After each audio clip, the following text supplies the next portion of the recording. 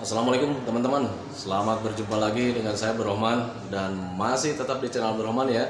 Dan masih tetap juga mengupas tentang seputaran asam lambung dan anxiety psychosomatis.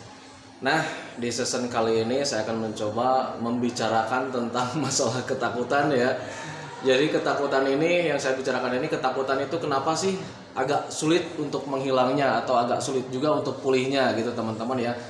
Jadi untuk orang-orang yang terkena gangguan asam lambung dan anxiety psychosomatis selalu saja mengalami ketakutan. Apapun yang hinggap di dalam tubuh kita, itu perasaan kita itu menjadi serba takut gitu teman-teman ya.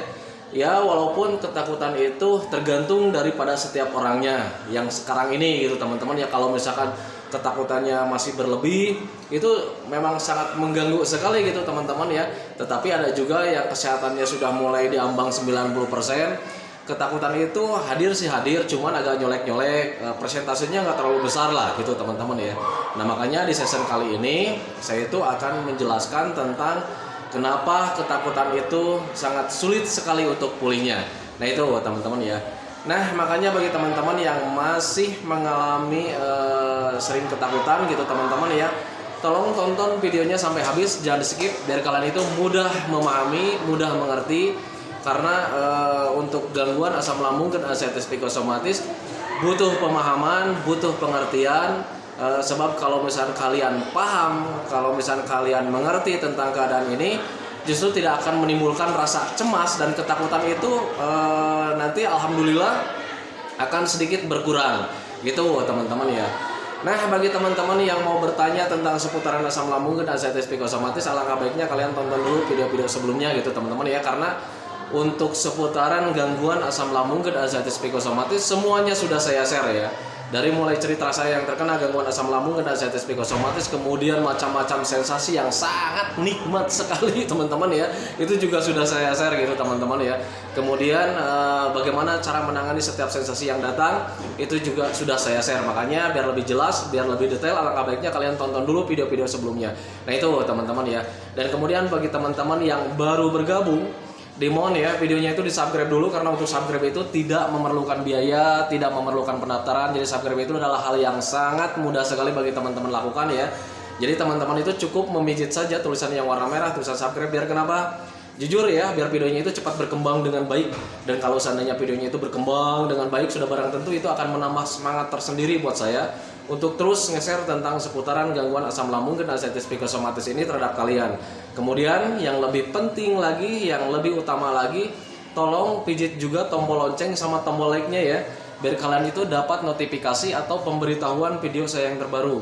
Karena saya itu akan terus nge-share tentang seputaran gangguan asam lambung dan anxiety psychosomatis ini terhadap kalian, dengan tujuan semoga saja videonya itu menjadi wasilah atau jalan keluar bagi kalian yang sedang mengalami gangguan asam lambung dan anxiety psychosomatis hingga membaik ya, apalagi sampai sembuh total. Amin ya rabbal alamin.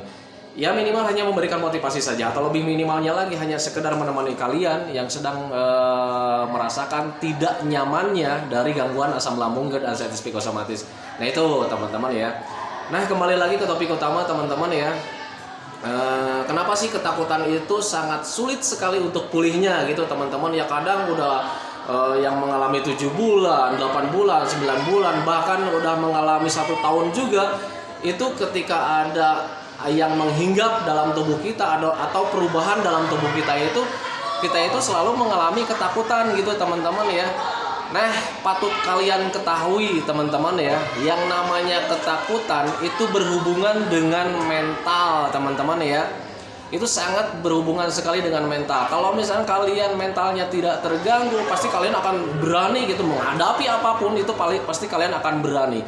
Tetapi karena memang mental kalian sedang terganggu, akhirnya apapun yang terjadi, apapun yang ada perubahan di dalam tubuh kita itu selalu mengalami cemas dan ketakutan gitu teman-teman ya. Contoh kecil saja, kalau misalkan untuk hal yang sepele, itu kayak macam kalian jalan-jalan keluar, itu suka mengalami ketakutan teman-teman ya. Nah kalau misalkan kalian masih bertanya-tanya, apa ini kenapa nih, saya mau keluar saja, itu mengalami takut. Tolong kalau misalkan mau menghadap mau menggali tentang seperti itu, kalian tanya dulu anak kecil. Kalau misalnya kalian ceritakan ke anak kecil, keluar rumah mengalami ketakutan, nanti kalian akan ditertawakan ya, akan ditertawakan oleh anak kecil tersebut gitu teman-teman ya. Nah berarti itu fix ya, anak kecil saja nggak takut gitu teman-teman ya. Nah kenapa kita orang tua atau orang dewasa itu kalau misalnya mau melakukan jalan-jalan keluar gitu selalu mengalami ketakutan? Nah itu berarti fix ya, berarti mental kalian sedang terganggu. Nah mental terganggu itu kenapa sih? Karena memang ada trauma tersendiri gitu teman-teman ya, trauma tentang rasa M ya. Jadi seolah-olah ketika yang di pertama kali saat terkena gangguan asam lambung dan anxiety psikosomatis rasanya seperti mau M, dan mau M itu sementara kita tidak inginkan gitu teman-teman. Jadi ada ketakutan tersendiri lah. Jadi ketika ada perubahan sesuatu pun di dalam tubuh kita, baik perasaan, baik medisnya, itu kita mengalami ketakutan gitu teman-teman ya. Jadi tidak mau M itu mati gitu, bukan mati ya, mati itu tidak mau teralami gitu teman-teman ya. Nah itu teman-teman ya. Nah kenapa sih yang namanya mental itu sangat sulit sekali gitu teman-teman ya, sangat lama sekali untuk dipulihkan teman-teman ya. Yang namanya gangguan mental sama gangguan lain itu berbeda teman-teman ya. Kalau misalnya gangguan yang lain kayak macam gangguan medis, kita tangani dengan obat, dengan apapun itu pasti mudah gitu teman-teman. Paling selang 1 hari 2 hari, paling lama 1 minggu kita udah beres gitu teman-teman ya. Tetapi untuk mental ini kenapa lama? Karena di situ butuh proses teman-teman ya, butuh latihan, butuh penyesuaian gitu teman-teman ya. Yang namanya melatih mental itu butuh proses teman-teman ya. Nah kita lihat contoh saja lah, para atlet fighter atau para atlet gulat atau para atlet petinju itu ketika dia mau melawan ke jenjang yang kelasnya yang lebih tinggi, dia itu latihan dulu teman-teman ya, entah itu latihan fisiknya kemudian mentalnya. Dan kalau misalkan dia mentalnya tidak terlatih, walaupun dia sudah sudah kelasnya tinggi, dia nggak akan berani teman-teman ya. Nah itu makanya mental itu sangat lama, tetapi tergantung dari setiap orangnya masing-masing. Kalau dia rajin melatih mentalnya, kalau dia rajin melakukan pembiasaan untuk mental beraninya, itu dia akan lebih cepat teman-teman ya, akan lebih cepat. Jadi untuk durasi mental itu tidak bisa dipatok temponya gitu teman-teman ya, tergantung daripada setiap orangnya masing-masing gitu teman-teman ya. Makanya di setiap video itu saya selalu mengatakan tentang untuk selalu jalan-jalan keluar, kemudian mencari hiburan gitu teman-teman ya. Karena kalau misalnya jalan-jalan kemudian mencari hiburan, entah itu kegiatan atau itu tontonan, itu secara tidak langsung itu bisa melatih mental juga teman-teman ya. Nah kayak macam orang yang masih berdiam diri di rumah, kalau misalkan kalian biasakan jalan-jalan keluar, itu kalian nanti akan terbiasa dan mentalnya akan mulai terpupuk lagi teman-teman ya, ada keberanian lagi.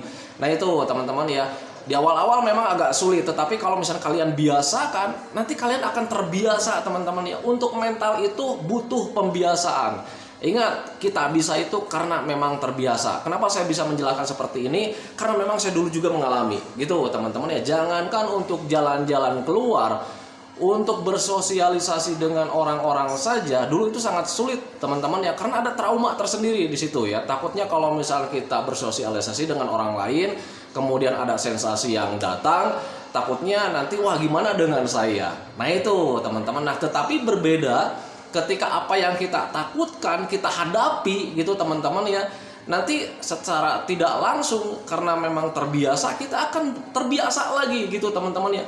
Jangankan untuk bersosialisasi dulu ya, untuk ngobrol kayak macam begini saja depan kamera itu agak sulit dulu gitu teman-teman. Di awal-awal agak sulit. Kenapa seperti itu? Karena memang belum terbiasa teman-teman ya. Nah itu karena memang belum terbiasa. Nah tetapi karena memang saya biasakan setiap hari, saya share video setiap hari, akhirnya alhamdulillah ya, saya sudah mulai terbiasa lagi. Nah itu teman-teman, itu patokan buat kalian ya. Ingat, kita bisa karena terbiasa. Makanya bagi teman-teman yang masih mengalami ketakutan, sekarang itu masih mengalami ketakutan, lawan saja dengan cara seperti apa. Bukannya kita lawan harus bagaimana, tidak teman-teman, minimal hadapi saja gitu, jalankan saja. Kayak macam sekarang masih takut jalan-jalan keluar, lakukan saja jalan-jalan. Toh yang nama jalan-jalan itu tidak akan menyebabkan apa-apa teman-teman. Selama kalian sudah minum, sudah makan, that's it, sudah, nggak usah ada yang ditakutkan lagi. Biasanya orang yang takut jalan-jalan keluar itu selalu berpikir nih teman-teman ya, aduh nanti jangan-jangan di jalan saya gimana nih, aduh jangan-jangan nanti di sampai tujuan saya akan gimana. Nah itu pemikiran-pemikiran yang harus dihindari. Justru yang paling pertama itu kalian alihkan saja pemikirannya. Jadi ketika mau melakukan sesuatu apapun, jangan kalian pikirkan yang lain-lain teman-teman ya. Justru kalian harus mengalihkan pikirannya itu yang senang-senang. Kalau saya melakukan ini pasti nanti bakal senang begini, hasilnya nanti bakal begini. Nah justru itu yang harus kalian lakukan. Nah itu teman-teman, jangan berpikir tentang hal-hal negatif yang justru itu akan mengganggu kalian. Kemudian pikiran-pikiran negatif itu justru tidak akan kalian alami teman-teman ya. Itu yang saya alami dulu gitu teman-teman ya. Nah itu jadi kembali lagi ke topik utama teman-teman ya.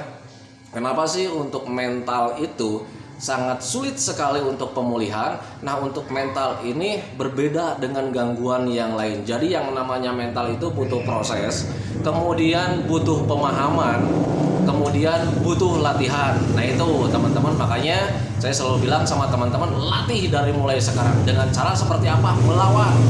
Nah cara melawannya itu seperti apa? Cara melawannya itu hadapi saja setiap keadaan. Nah itu teman-teman ya. Nah jadi kalau misalkan kalian masih mengalami ini ya, kalau misalkan kalian masih mengalami takut-takut akan mengkonsumsi makanan sesuatu, biasanya untuk orang-orang yang terkena gangguan asam lambung dan ascites psikosomatis selalu mengalami hal tersebut gitu teman-teman. Jadi ketika mengkonsumsi makanan yang baru saja, itu juga kalian pasti mengalami takut. Nah biar kalian tidak takut, pahami saja tidak ada orang yang meninggal gara-gara makan makanan yang bergizi teman-teman ya. Jadi kalau misalnya makanannya masih fresh, makanannya masih ini, lakukan saja, nggak apa-apa. Untuk mencoba itu tidak ada yang bahaya teman-teman ya. Tetapi kalian juga harus menjaga kapasitasnya. Jangan terlalu banyak, jangan terlalu berlebihan. Yang namanya berlebihan itu memang tidak baik teman-teman ya. Jangankan makanan-makanan yang ada efek sampingnya, makanan yang benar-benar aman saja, makanan yang benar-benar aman, makanan yang benar-benar bergizi, itu kalau misalnya berlebihan ya nggak baik juga gitu teman-teman ya. Nah itu jadi pahami saja ke sana. Nah kemudian kalau misalnya kalian sudah paham ke arah sana, mencoba makanan sesuatu itu tidak berbahaya, nah kalian juga harus bisa apa ya, harus bisa menghadapinya teman-teman ya. Hadapi saja gitu teman-teman, tanamkan dalam pikiran kalian tidak akan apa-apa. Itu yang pertama. Yang keduanya, biasakan saja gitu teman-teman. Kayak macam makan apa ya, di contoh kemarin itu makanan roti. Untuk roti itu memang sebetulnya harus dihindari saja dulu ketika diambang 40%, 50%. Tetapi kalau misalnya kalian sekarang sudah mulai merasa sehat, coba saja gitu teman-teman, biasakan lagi gitu teman-teman ya. Jadi kalian nanti akan bisa karena terbiasa, dan karena kalian terbiasa, kalian nanti justru akan timbul rasa cuek ya.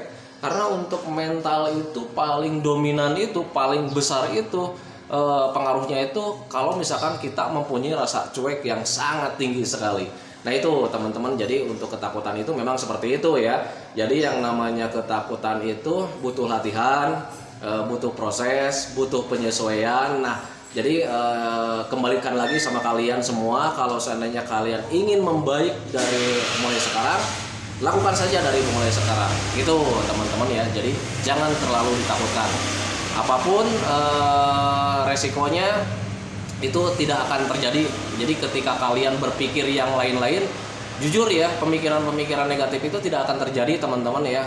Memang sih untuk orang-orang yang terkena gangguan asam lambung dan ascites psikosomatis, pikiran selalu hadir aja ya, pikiran-pikiran yang jelek. Tetapi kalian harus ketahui bahwa pikiran-pikiran negatif itu tidak akan terjadi teman-teman. Itu memang pikiran negatif itu lahirnya dari kewaspadaan kita sendiri sih sebetulnya ya.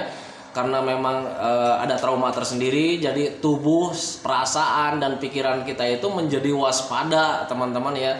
Jadi ketika ada sesuatu pun kita selalu berpikirkan ke arah-arah negatif gitu teman-teman ya. Biasanya lahirnya itu dengan kata-kata jangan-jangan, bagaimana nantinya, siapa tahu begini. Nah itu justru yang harus kita hindari. Nah itu teman-teman ya. Nah itu teman-teman video dari saya. Semoga saja videonya itu menjadi wasilah buat kalian. Semoga saja videonya itu bisa menjadi pencerahan buat kalian. Saya titip pesan sekali lagi, kalau misalnya kalian sudah mengerti, ingat ya, yang namanya mental itu butuh latihan. Mulailah dari sekarang gitu teman-teman ya, biar kalian itu cepat pulih.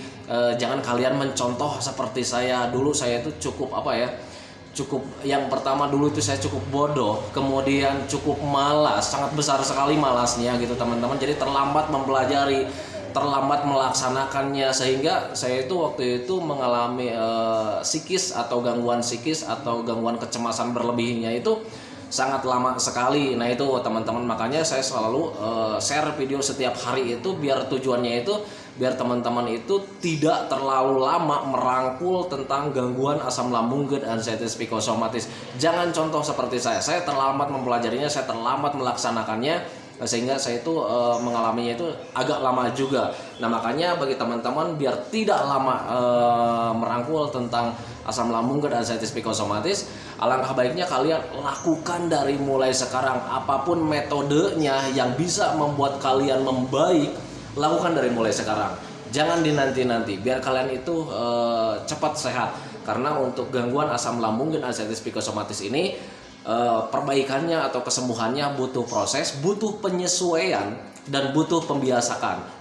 Makanya biasakan dari mulai sekarang biar kalian itu merangkul kesehatan, merangkul kesembuhan. Nah itu teman-teman ya, itu janji saya karena memang saya juga dulu seperti itu gitu teman-teman ya. Nah itu teman-teman video dari saya, jadi 2 kali nih penutupannya. Itu video dari saya, semoga saja videonya itu menjadi wasilah buat kalian, semoga saja videonya itu bisa menjadi pencerahan buat kalian lah. Dan kemudian kalian itu nanti bisa mendapatkan kado ya, kadonya itu kesembuhan, karena di saat ini kado yang paling spesial itu adalah kesembuhan teman-teman ya.